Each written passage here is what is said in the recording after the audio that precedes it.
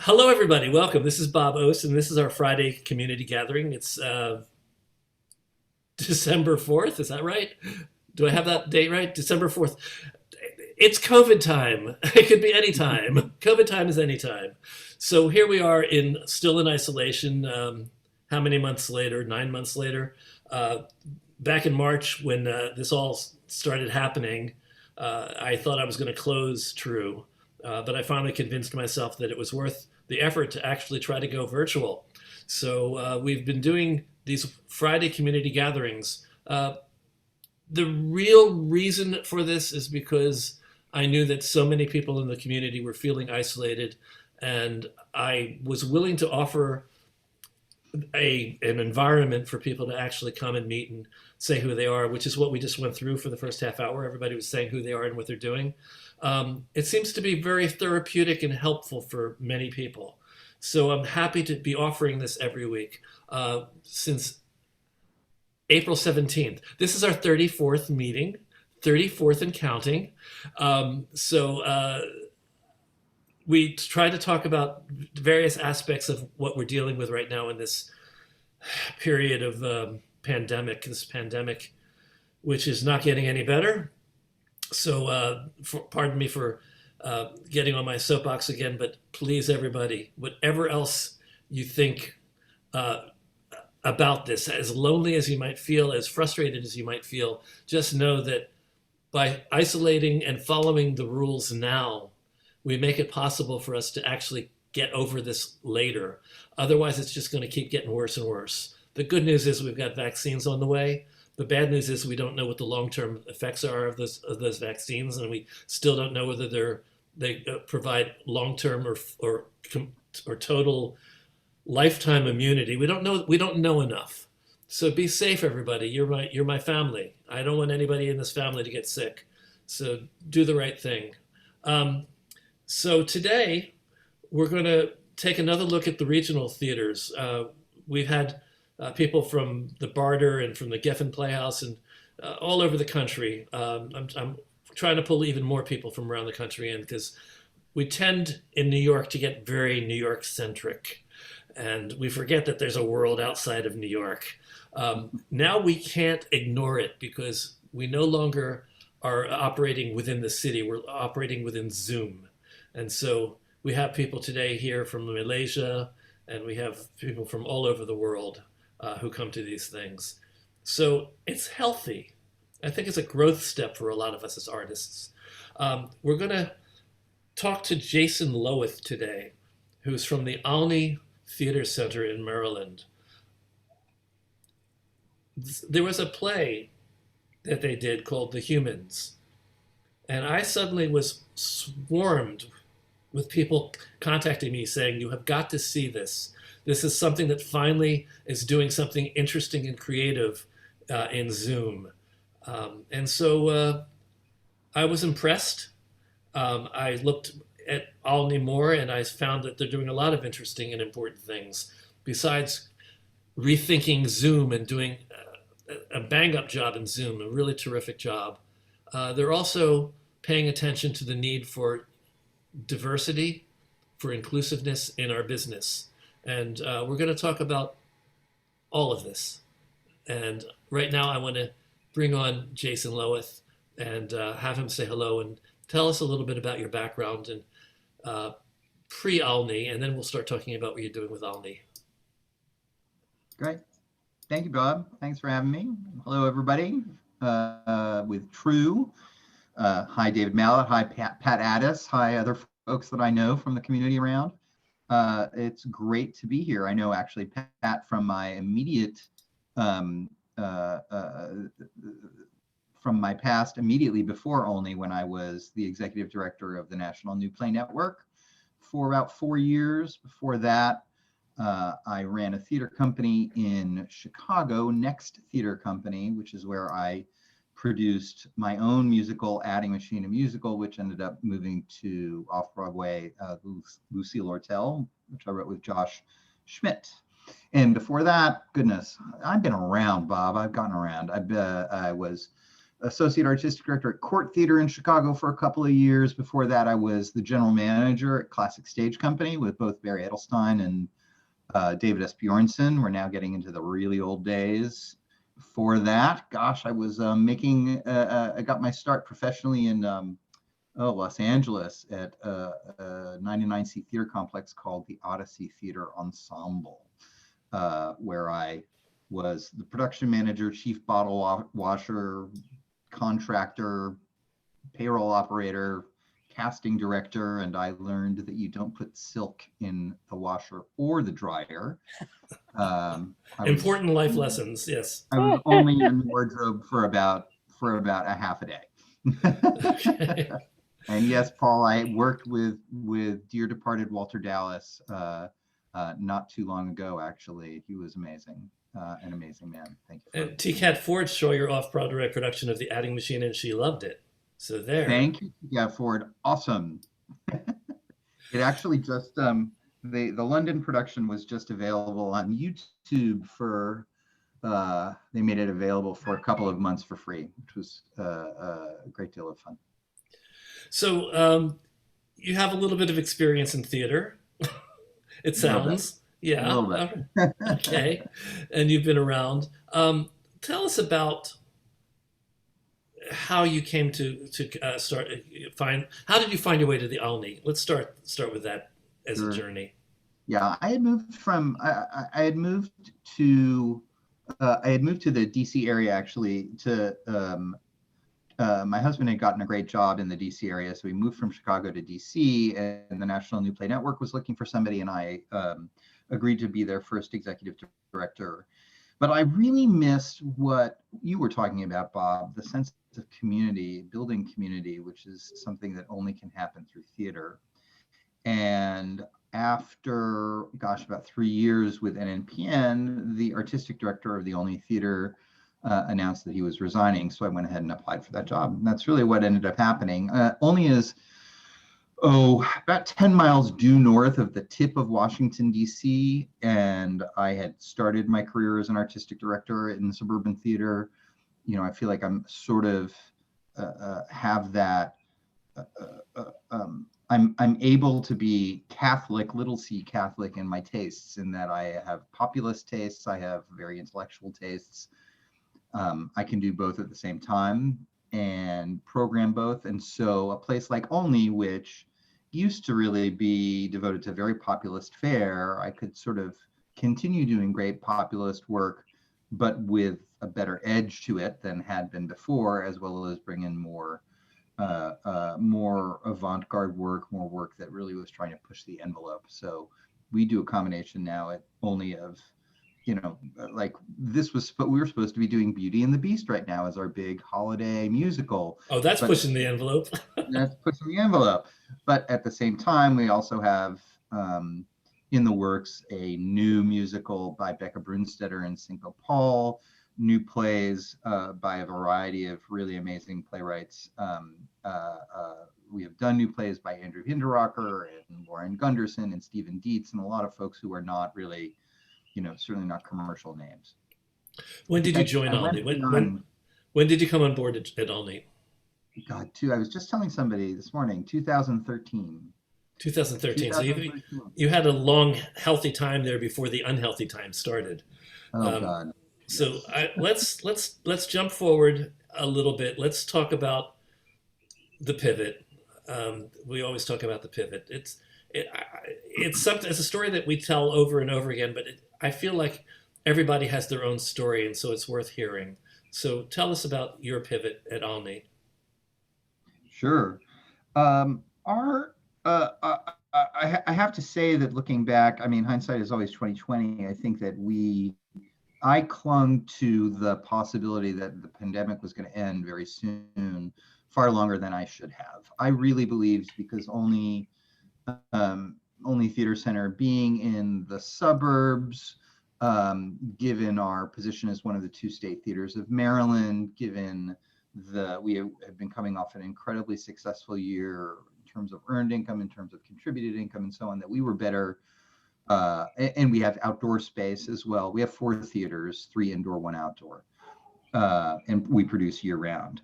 And given our circumstances, I really felt when March hit and we were in rehearsal for a live production of The Humans, that we would be first out of the gate to return. And that meant that my plans were all about how soon can we get back producing, how soon can we get back to having live theater, even if it's only 50 people for an outdoor concert over the summer, get people back into the habit. Because the truth is, I think we recognized pretty quickly, theater, live entertainment was put into the final phase of reopening by governments, because I think governments believed that it was going to be short. And what has ended up happening is it has created a sense that it is safer to go to casinos and tattoo parlors and bowling alleys and everywhere else but live entertainment. So I reluctantly came to the conclusion as late as, we were planning a one-person Christmas carol in our larger main stage, which we traditionally do in our small black box, as late as the end of October. So it was only about the end of October I was like, this is not going away, and we're going to need to cancel all of our plans coming up. I haven't announced anything yet, so I have to be careful, but we likely will not be back until next summer outdoors. You made a big jump though, because let's talk about March, and let's talk about. I don't want to tell your story, but I just do want to say that in moving The Humans into a virtual production, you thought differently than most people have been thinking or had been thinking. Zoom and virtual production had basically been a talking heads medium. So tell us a little bit about how you figured out a different way to do it. Sure. Aaron Posner, fantastic DC-based director and writer that I'm sure many of you on the call have seen his work. Stupid Fucking Bird was the most recent one that just got done in New York. It was a big deal in the Times. I don't know. Anyway, he was directing The Humans. He is, and I knew that he was going to be able to pull performances of such depth and subtlety from this roster of DC veteran actors, really some of our best Helen Hayes award-winning actors in town. And of course, we were in rehearsal. The set was already built on stage. And when this happened, we held out for a while, and it became clear we weren't going to be able to do it. And so it was really in conversation with Aaron that we came up with. Really, he was not, I cannot take credit for it, but he and Jason King Jones, our senior associate artistic director, who I asked to line produce it, came up with the idea of having the background of the play be the background of the Zoom call be a shot of the model of the production, of the set for the production. And so if you didn't have a chance to see it, and in fact, the New York Times, crazy enough, just wrote before Thanksgiving a story about plays around the dinner table. And if you look that up, you'll be able to see a picture of our production, which gives you a sense.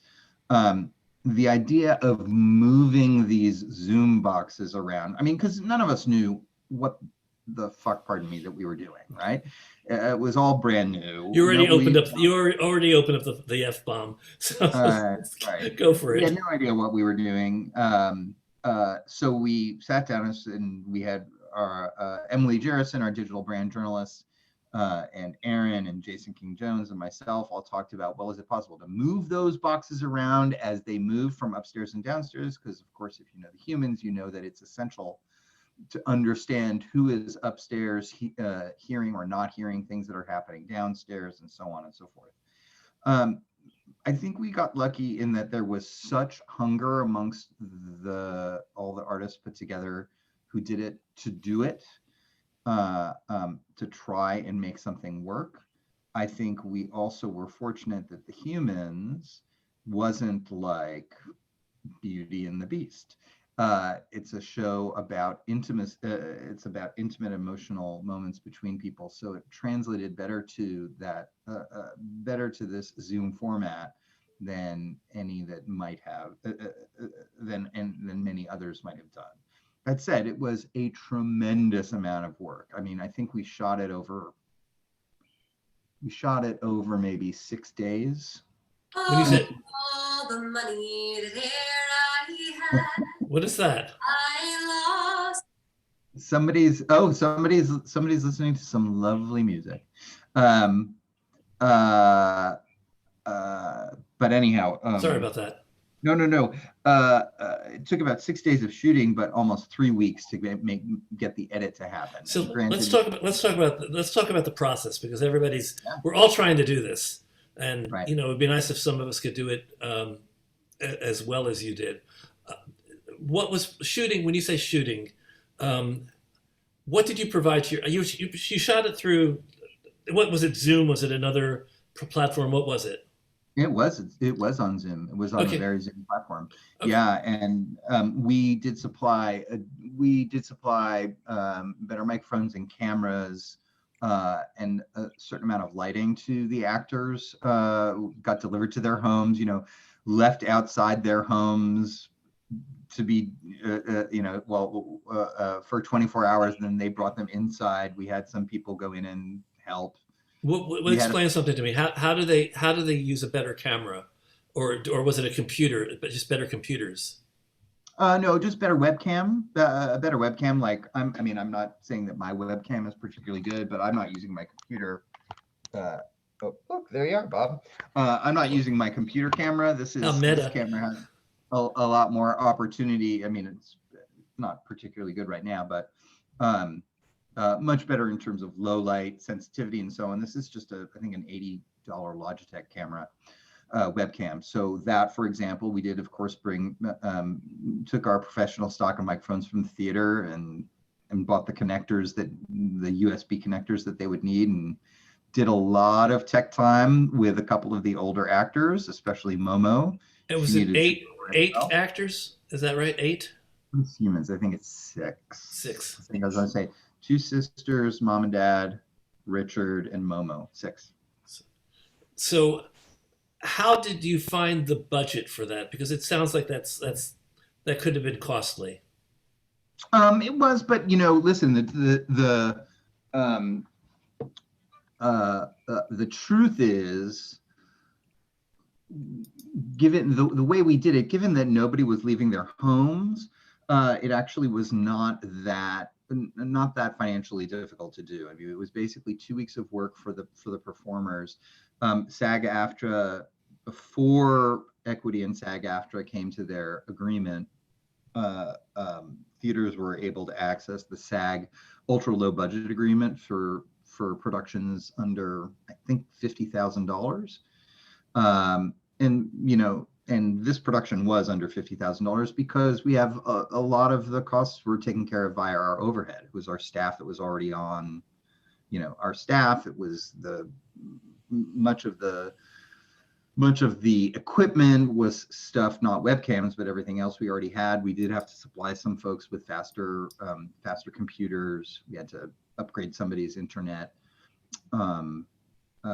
But really, it was still came in under $50,000. And we had, because it was a show that was part of our season, our members had already bought, I don't know, some tens of thousands of dollars worth of tickets. Now, obviously, some of them wanted that money back, but a lot of them we said, please let us hold on to that money, and you can see a video of it. So that's a very important point that you're glossing over. So you basically were taking a budget for the play and applying it to Zoom, giving people the option of getting their money back, and it wound up not being as painful as one might have thought it could have been, because most of the people were happy to see the show on a virtual platform. Yeah, and I should say, by the way, I mean, I probably need to give you a quick little caveat that the cost of the Humans overall was more than $50,000. I mean, the cost to do it as a live production in the length of time for rehearsal and performance that it would have been, and the set and the costumes and all that stuff, and the designers, directors, etc., closer to $200,000 to $250,000. We already sunk a lot of those costs in. We had already been through 2.5 weeks of rehearsal before we stopped. So when I say $50,000, I'm not including that additional rehearsal time. We had already done design work, so we'd actually already bought costumes, which we made available to the actors to wear at their own houses. So, the cost was more than the $50,000 for the actual shooting and editing and equipment, I should say. But yes, our members, this is a great thing about a theater company that has a membership or subscription base, whatever you call it, we call them members, that those folks are willing to, I think it was 80–90% of our members were willing to have their tickets transferred to the virtual production. So how many tickets did you have pre-sold to your members at that point? It was probably a couple of thousand. Okay, and your performance schedule. What were you allowed? How you were allowed to do? Did you do a live performance? Or it was all pre-recorded. You said that already. So it was recorded. So you were able to stream it for how long? We decided we wanted to stream it for the full. It ended up being actually about 4 weeks, but basically the weeks of the announced run. We wanted to create a sense of event, even though it was on demand. We wanted to create a sense of event, like this is when the show was supposed to is going to open. Because after the beginning of the pandemic, I'm sorry, I should be clear, it was supposed to happen in April, and then we rescheduled it for September. And when in May or June it became clear that September was not going to happen, that's when we switched to the Zoom version. So we had just left the set up in our theater until June, and then we all right, tear it down. Let's go. But we should remind people that it wasn't the set itself that you used for Zoom. You used a model of the set. That's right, for the recording, correct. Yeah. This is all very interesting. One of the biggest questions everybody has is, how do I monetize what we're doing? What were you charging? I bought a ticket. I just don't remember. What were you charging for tickets to the rest of us? Yeah, I think we were charging $35 per household. I'll tell you that. I'll tell you this much. I don't want to go into the actual numbers with you, but for a show that got a rave review, a virtual show that got a rave review at the New York Times, we should have had more people purchase tickets. I think that we were well overpriced. I'm not the marketing. You think 35? I don't make all the marketing decisions. You think 35 was too much? Absolutely. I mean, we set the price not long after, or we decided on the price, set the price, I don't know, announced the price not long after Disney for $6.99 was letting you watch Hamilton as many times as you wanted on Disney Plus, right? For $6.99 a month. Who wants to see some production from a theater that they've never been to of The Humans, which was on Broadway in 2015? Why do they? Well, I think we needed to set that price much lower. So our next virtual production, which is much more along the lines of we do I think I mentioned this traditional one-person Christmas Carol. We're filming it actually tomorrow and Sunday. And you're here with us now? Yeah. Wow. I can't even be at the theater. I'm not allowed. I'm not in the COVID testing group. It's very, if you want to shoot anything and you want to work with union members of any sort, whether it's through SAG or Equity, it is far more complicated than you think. In fact, I'm getting texts about members of the film crew who have yet to get the results of their COVID tests for their work tomorrow, and what does that mean, etc. Anyhow, so the point being that we are going to have that's going to be $15 or $20 to watch that per household, unlimited times, and we're going to see how that goes. But I think, as Judith Pratt is saying, there is so much theater online now. To differentiate yourself is extremely difficult. So I don't know how you monetize I'm really interested. I don't know if you saw Signature Theater, our sister theater on the other side of DC. Eric Schaefer, is Eric Schaefer still there? No, he resigned Okay. in difficult circumstances last year. But their theater just announced their all virtual 4 feature films, they're calling them. Basically, they're shooting their next 4 plays all as in HD feature films with a distribution service, the same distribution service that I think does not NT Live, but the RSC stuff that gets distributed and so on.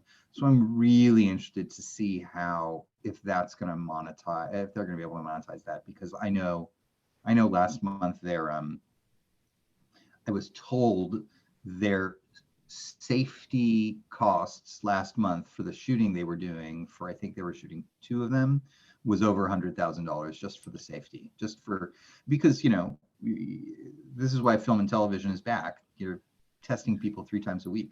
The costs wind up not really being the issue. It's making back the money that is so frustrating. How do you do it in this new world? We haven't quite conquered that yet. By the way, note to room: if you open up the participants window, there's a virtual hand raise at the bottom right, left corner. I think it should be at the bottom left corner of the window, or wherever it is in whatever device you're using. Who knows where it is? Who knows? This is Zoom. It could be anywhere. But look for the virtual hand raise. And if you have comments or questions, please feel free to raise your hand, because Mary and Miko, thank you. Mary, your question? I don't have a question, but I have a comment. Okay. Jason, and in 2018, during the Women's Festival in DC, a couple of members of the League of Professional Theater Women from New York attended, and 2 of us got out to the Olney to see Aubergine. Oh, nice. Great. Yeah. The problem was, when we got off the train, we could get a taxi to the theater. Coming out of the theater, we called an Uber. No one came. So Peggy and I said, well, when we're sleeping on the floor in the lobby, maybe you'll notice us. Your company manager was driving the sound technician and someone else to the train, drove back in the van, picked us up, and took us to the train so we could get back to DC. So kudos to you for really training your staff. Thank you, Mary. I appreciate that comment. It is great. It's one of the lovely things about being in the burbs where we are. We have a real family feeling amongst our staff. So, and it showed. Thank you. Thanks, Mary. Thanks, Mary. From Mary, we're going to Murray. From Mary to Murray. Hello, Jason. Hi, thank you so much. I was always taught that a picture's worth 1,000 words. By any chance, did you bring something that we could see of the humans, so we could see what it looked like, since it sounded so great? If you do, I'll make you a co-host so you can do a screen share. Okay. Sure. Yeah. Give me 1 second, and I will see Your if I can. countenance is wonderful, but the show. The show. You should have seen the show. I want to see the show. I saw the show. The show was great.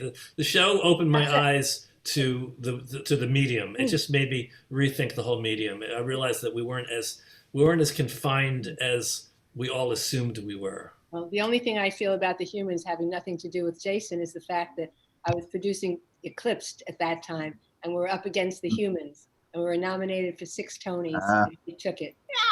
Oh no! Watch out! It's a good thing we're not live. I know. I know. Beat him up. Patty Machine was supposed to go to Broadway from off Broadway, but Passing Strange took all the oxygen out of the room. So I know. Anyway, this you can see, this was the set model, was not the actual set. Right. And basically what happened was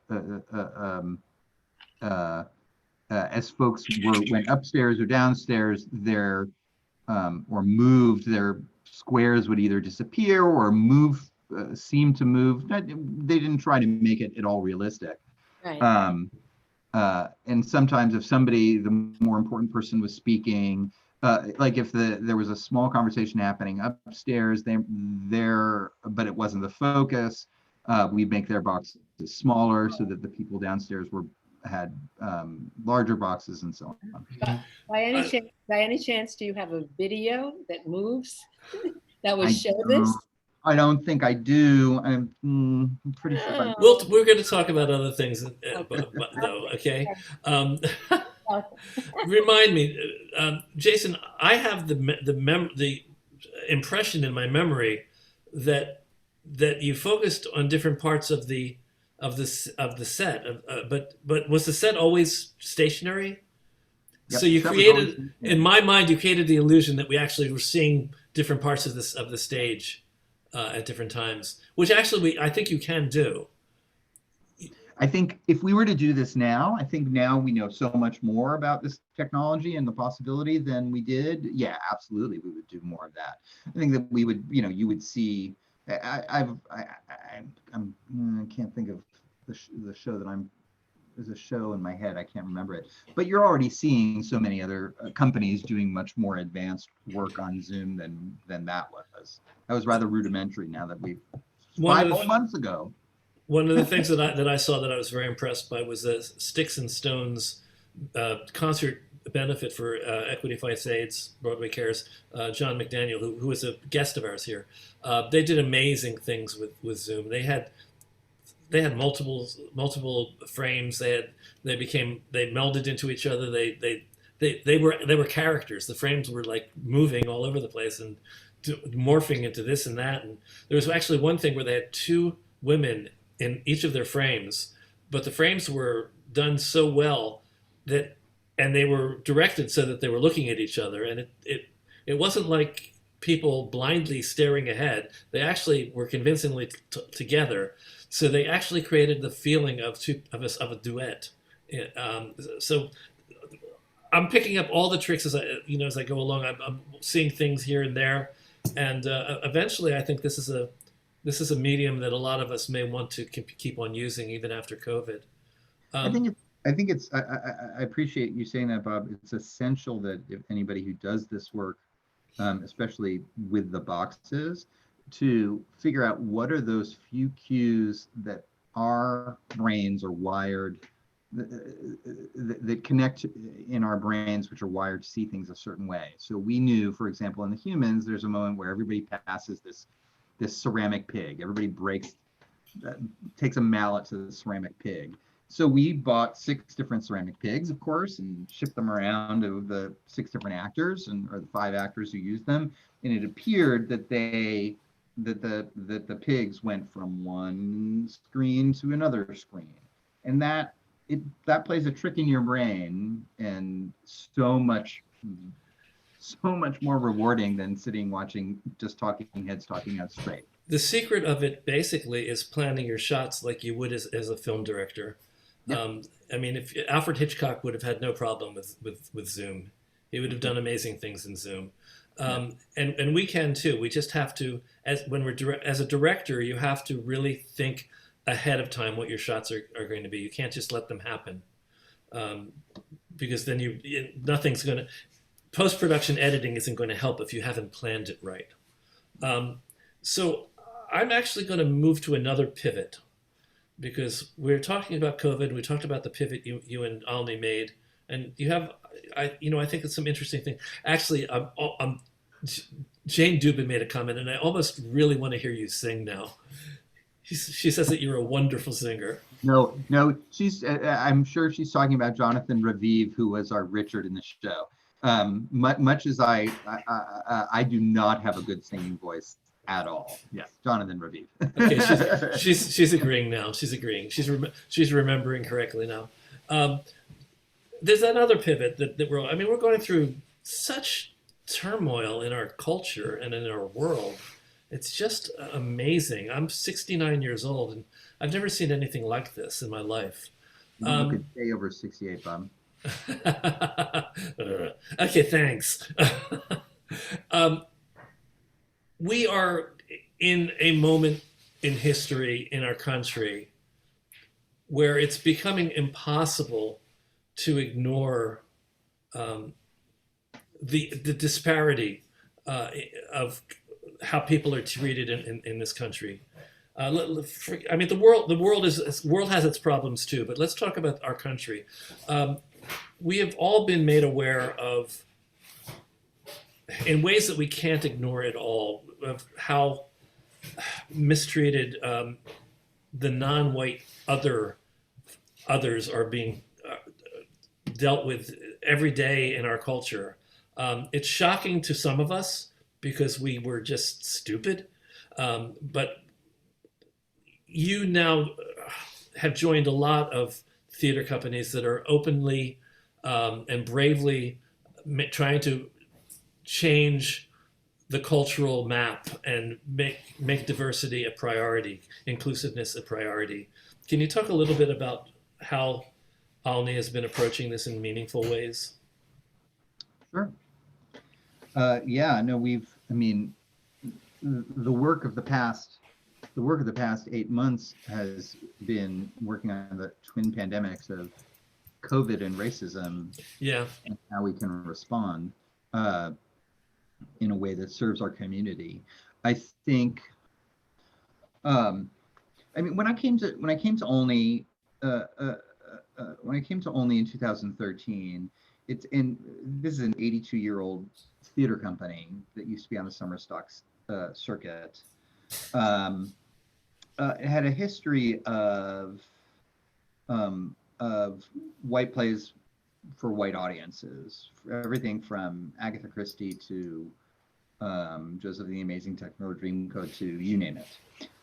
So it was essential early on to change the kinds of stories we were telling and who wrote those stories, because though the little town only about is about 70% white, we sit within Montgomery County, the state's most populous county, which is majority minority. So we're not serving our community if we're not engaging with a diverse set of audiences. And so we started doing a lot more work by writers of color.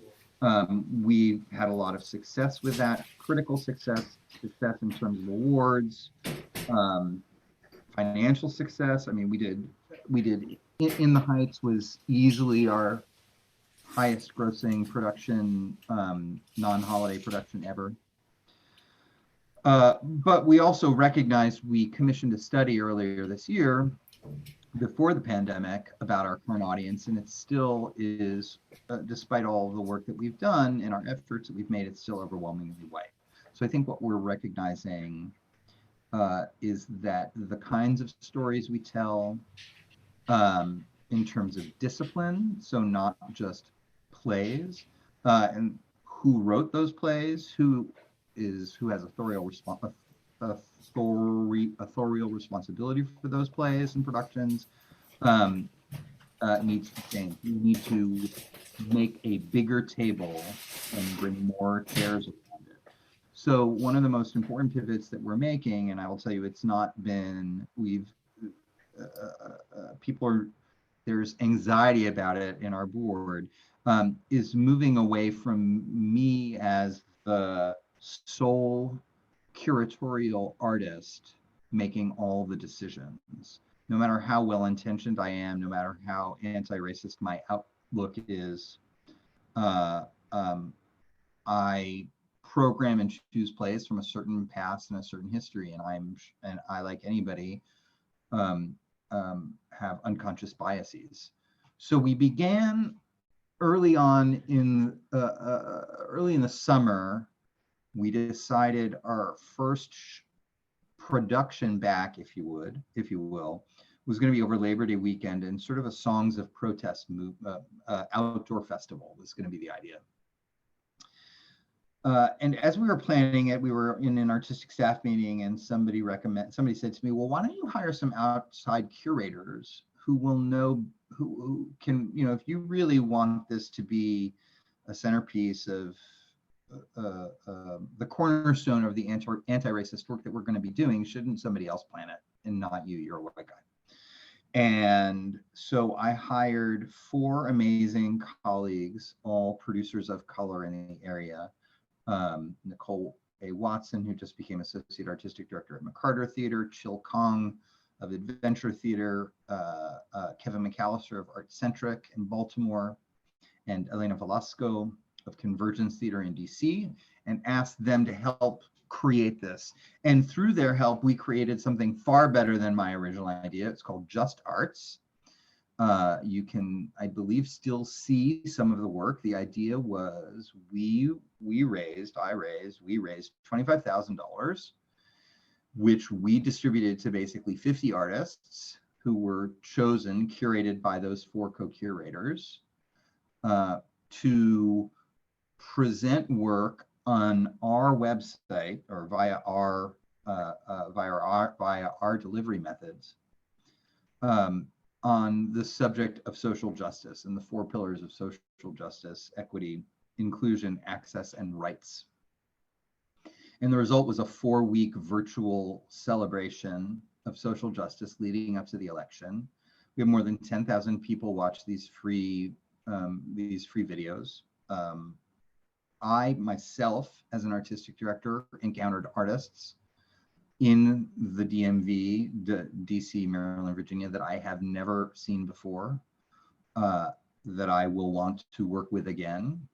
I feel forever changed by and inspired by the opportunity to collaborate with other artists who bring a perspective so different from mine. So all this to say, going forward, when we can return to live entertainment, we're probably going to reduce from 9 plays and musicals a year that I select to maybe 7. And the rest of our time, we will have a producer in residence, a curator, who will bring in a weekend of jazz, a weekend of Convergence Dance Theater, a weekend of spoken word, a weekend of who knows what else, all kinds of things, from a variety and multiplicity of voices that are just going to make us a better anti-racist institution, is going to make the work that I'm producing that much better. Can you make any correspondence between the work that you're currently doing to be more inclusive and the engagement of your audience? Has your audience changed? Has your audience widened? Yeah, I mean, of course, it's difficult to really tell in this virtual medium. We haven't figured in the virtual world, we haven't really figured out how to track it as well as we used to. So certainly there's a portion of our audience. Well, there's a portion of our audience, doesn't matter what we put online, they're not going to be interested in seeing it because they want to come just to live work. There's a portion of our audience that is going to be very selective about the work they see, but isn't that the point of the world that we live in? As somebody mentioned, there's so much work online now, so many plays online, and different kinds of plays, and we have many, many different audiences. We never speak of a single audience, we speak of multiple audiences. And so we are seeing people who are not in our audience watching the work that we're putting online. And I think just as important to note is this work, Just Arts in particular. As I said, it was a $25,000 price tag that we raised. We raised that from 8 donors, only 8 people, including one gift of $5,000 from a woman who had never given us more than 100. Wow. But she felt what we were doing was so important. And she has frankly been supporting like the Fannie Lou Hammer project coming out of the Goodman that Arena did, other things that have a social justice bent. So the work, by broadening the number of voices that we have at the table, and providing a showcase to more people of color and people whose stories have not been told, we are finding more donors who want to support us at higher levels. Well, that's encouraging. It's nice to know. Pat, you've come on. Did you have a question you want to ask? Oh, Addis, you've appeared. I don't know if you wanted to. I'll stop the video. That's all right. Francisco, you wanted to make a comment? Yes. Very interesting program tonight, Jason. Very good to meet you. And I found a similar experience on a much lower, smaller level, but I put together a show called Judging People Unfairly, curated for the Episcopal Actors Guild. We had about 18 different segments over an hour and a half with about 25 different participants doing everything from stories about when they realized they were racist and how they needed to change, to songs, to a play segment, to a number of different things over that hour and a half. And I found that it may have changed me in a more profound way that maybe anything else I did. And I got in touch with my own inner racism in a bigger time than I ever did before. And I made it a personal pledge to change and reach out to others. And in so doing, I'm now writing a play that's focusing on mixed race marriages and the fallout from that. And I'm doing a follow-up for the Episcopal Actors Guild and stuff. And I do intend. I should probably mention. Fran, we should probably mention that another group that we haven't really talked about that we're trying to create more equality for is the trans community. So that was part of this Judging People Unfairly concept, was taking racism as the catalyst or the trigger, and then realizing that it's really broader than that. It's judgmentalism, that many people are judgmental about people because of their sexuality, gender, age, ability, disability. And we really need to be kinder and fairer. And that's what my focus is. So I am so happy I attended today, and I plan to get in touch with you and see how maybe I could be of help to you and learn from you on this. Okay, so, thanks, Fran. I wanted to share for everyone on the call that it is something that also enlarges us as actors, directors, producers. Fran, you've made your point. I want to get back to my guest. Okay, Sorry. Thank you. Thank you, Fran. Thank you. Okay, Jason. So those are the two pivots I wanted to cover today. I mean, I thought that you did a brilliant job of pivoting to virtual, and I also thought that I was very impressed. I'm impressed. I know everybody's doing it, but I have to say that the statements that you've made on your website are very powerful and very, very well. I think they're well worded and they feel sincere. They actually feel sincere. Some of them feel like people jumping on a soapbox. Are you speaking of our anti-racist statement in particular? Yes. Yeah. We have a big meeting with our executive committee of our board on Monday, because we've spent the last 3 months, I would say, fleshing that out to a much larger statement and clear commitments and goals. Larger than what's on the website now? Oh yeah. It's pretty big now. so okay, I'm interested to see what you do. Oh, you say it's and of course the statement isn't really as important as the actions that we take. We can all make statements, but it's putting them into it's walking the walk. TRU is not. We're at the back of the line. We're our heart's in the right place, but we haven't really done what I feel we need to do in order to be a more inclusive organization.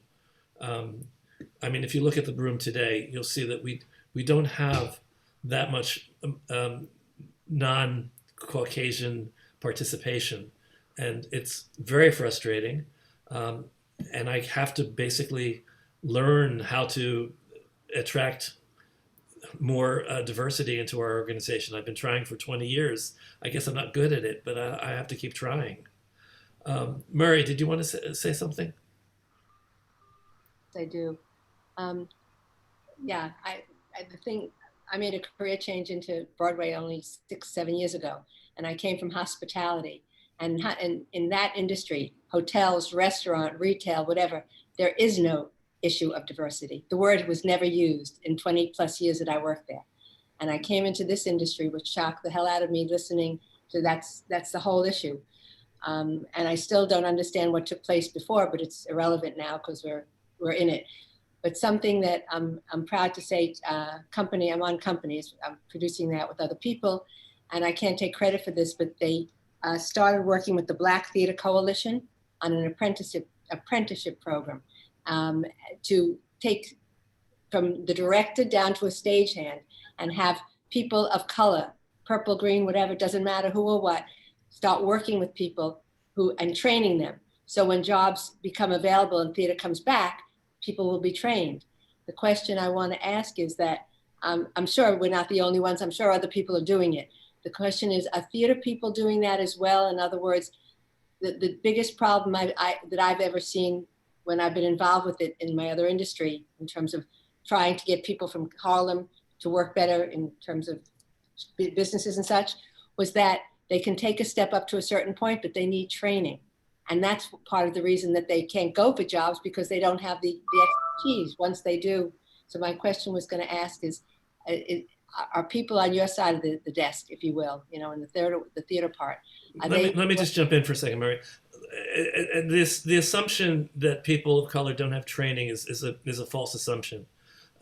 They don't have the opportunity. There may be situations where they do need training. Somebody's dinging in the background. There may be situations where people do need more training, but our culture has finally woken up to the fact that we are not as welcoming to the outside, the diverse population as we think we are. We have a block about it. We have to get unblocked, and we have to really acknowledge the problem, and then we have to find ways of solving it. But you have to have the training so they can take advantage of the opportunity. Well, I think actually I would to a certain degree disagree. I think that there's I think we all have a lot of learning and educating ourselves to do. I think there is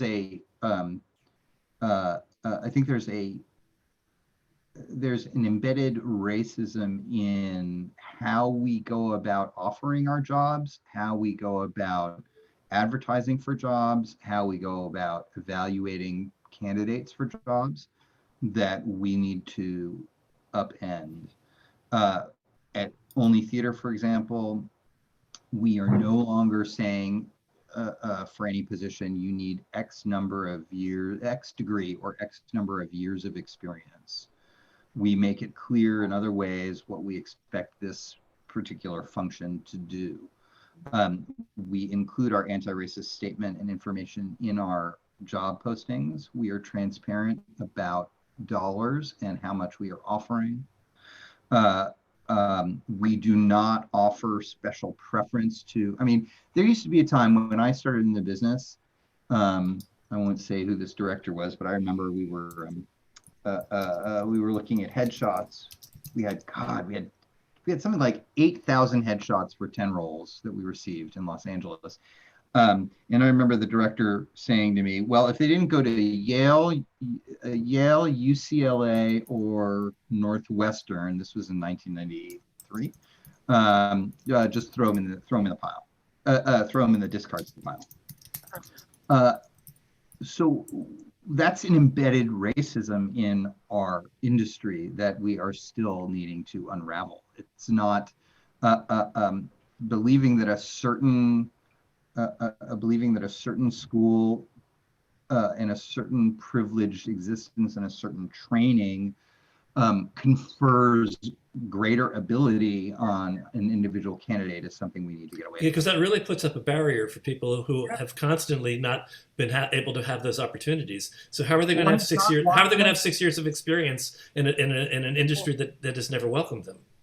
Or have had their experience in other ways and in other industries where they wanted to be, because they felt more, because it was more what they wanted to do. We need to talk about the skills one needs to do a particular job. Just because you were a marketing director at another theater company doesn't mean you're the best marketing director compared to somebody else who has been was a salesperson for a different kind of company. You know, you need to really look at the skills and the expertise and the passion that people bring, and not worry about the qualifications, I believe. I'm going to really take a leap here, Murray, and forgive me for saying it, but I think the hospitality industry probably had the same embedded racism going on that all other businesses seem to have. I just don't think that you were aware of it. I wouldn't. I'm sure it went on someplace, but I've been talking about this now for quite some time, since I got into this industry. Okay, because it shocks the hell out of me to listen to what goes on and how bad it is. And I've spoken to so many people in it, because again, it's attractions, it's restaurants, it's the hotels. All you have to do, forgetting now they're all closed or they're whatever, but you walk around and you see every shape, size, design, whatever. It doesn't matter. It doesn't matter. It was people were hired who was the best person for the job, which was wonderful. And that's why it was such a shock coming into this industry. I will buy that. I will agree with that when I see statistics that show how many people in executive positions were running the hospitality industry. Then I will say yes. Until I know that, I can't really say yes about that. Forgive me. I'd rather err on the side of disagree. We can agree to disagree. Okay. I'm pivoting off. I'm gonna ask a couple other people to come in. Judith Binus, you wanted to ask a question, and then Sam Burland, and then we're going to go into breakout rooms. I just wanted to comment. One of the big problems for designers, especially on Broadway, is that the teachers the big designers are teaching at places like Yale and Tisch. And what's happening is they hire their students as their assistants. And when the students graduate, they become their associate and get all the jobs. They start getting the jobs and meeting the people that people who've gone to other theater schools don't have that opportunity. And I'm trying to figure out a way to get out of that situation. And if anybody has any ideas, let me know. Well, this is not the time to start that conversation. That's a 3-hour conversation. We're just talking about opportunities. Yeah.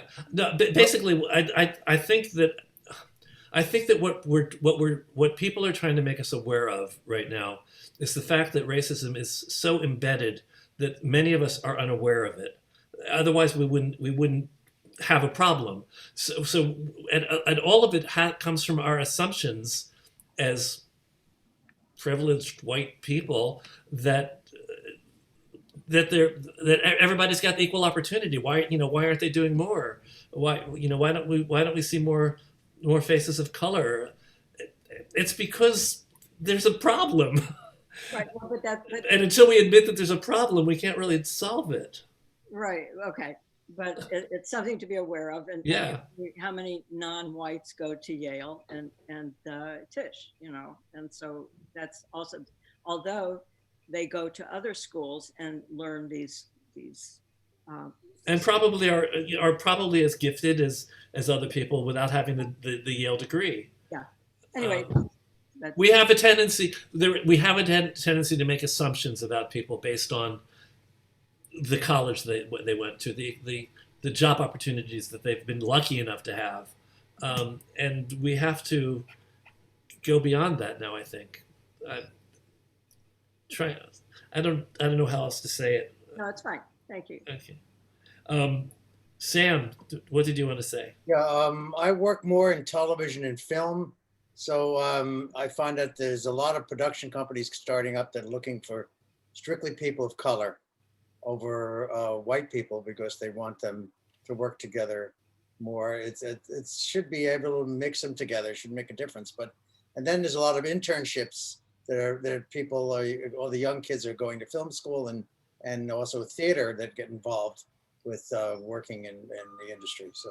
In theater and as an artistic director, Jason, or as an executive director myself, we don't know what our own assumptions are. So when we approach work, when we read it, we tend to gravitate towards work that is more like the way we think than other work. And what we have to do, it was what Jason did. He needed to bring in co-artistic directors. They had to bring in 4 people who had different backgrounds and different experiences, so that when they read a work, they would respond to it in a different way. They would recognize the experience, or they would recognize the rhythms and the language in ways that I probably wouldn't.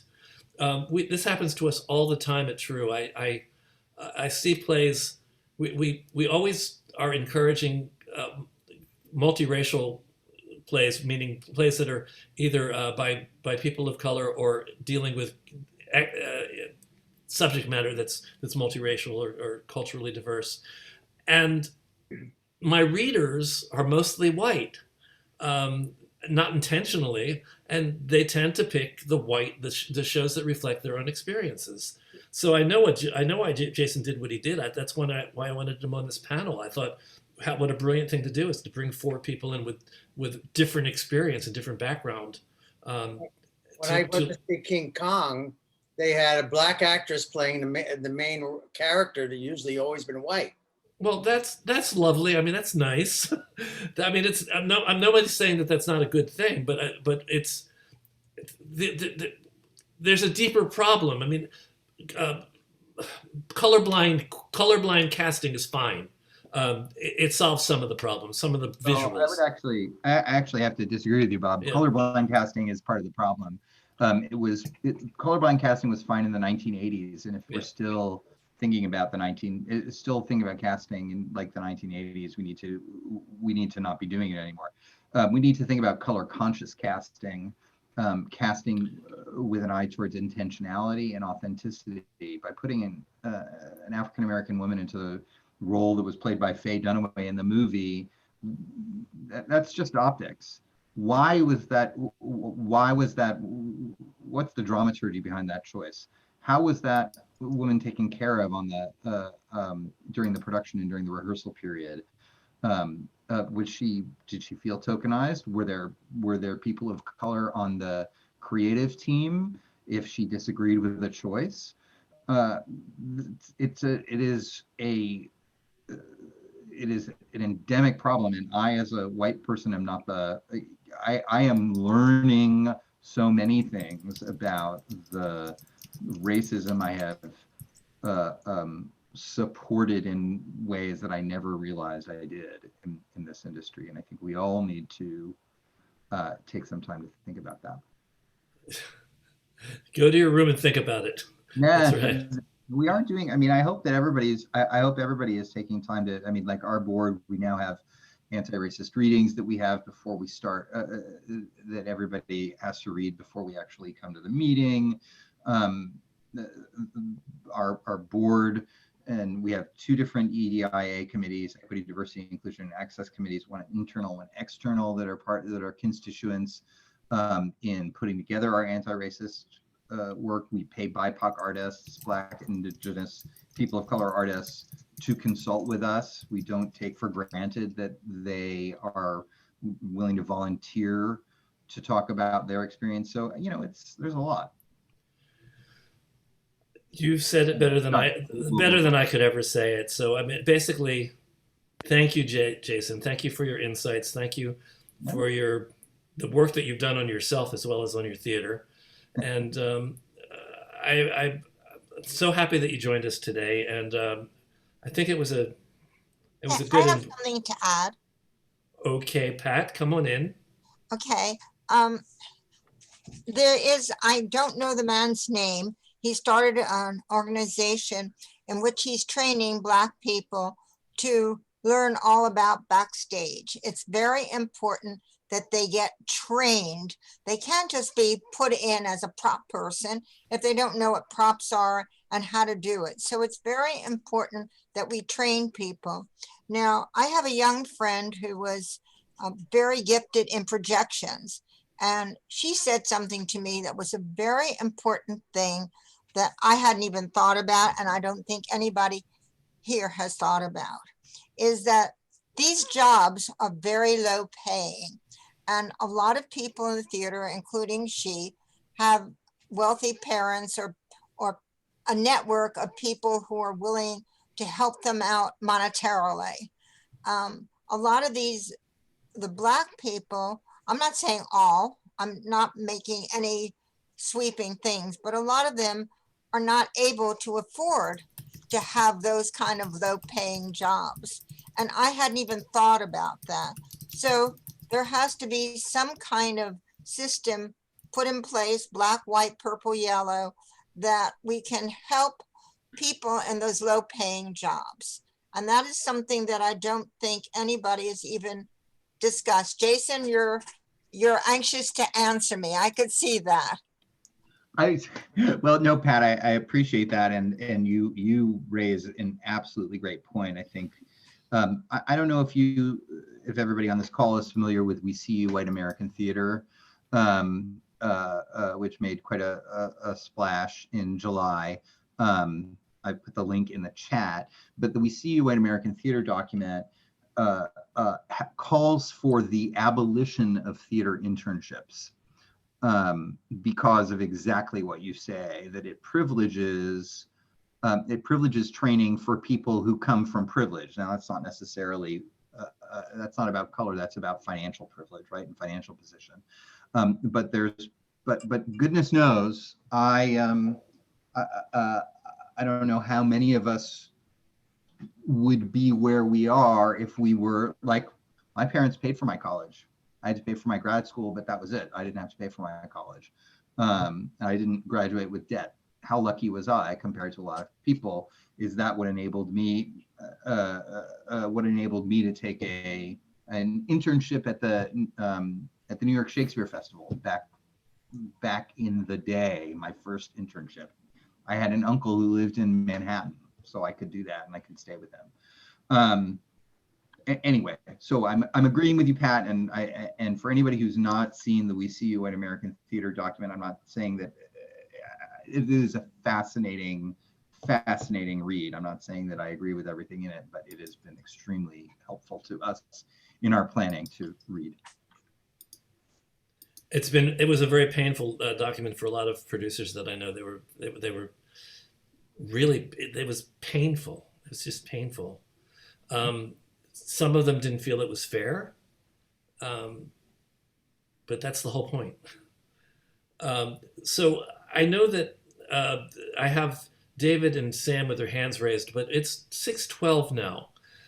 So in order for us to actually be able to go into breakout rooms and do a little networking, I need to end right now. I apologize, but you can make your comments and ask your questions in breakout rooms once we all come back in. So I welcome everybody to come back in, as I thank you again, Jason, for a sensitive and disturbing and interesting conversation. It is. It's hard.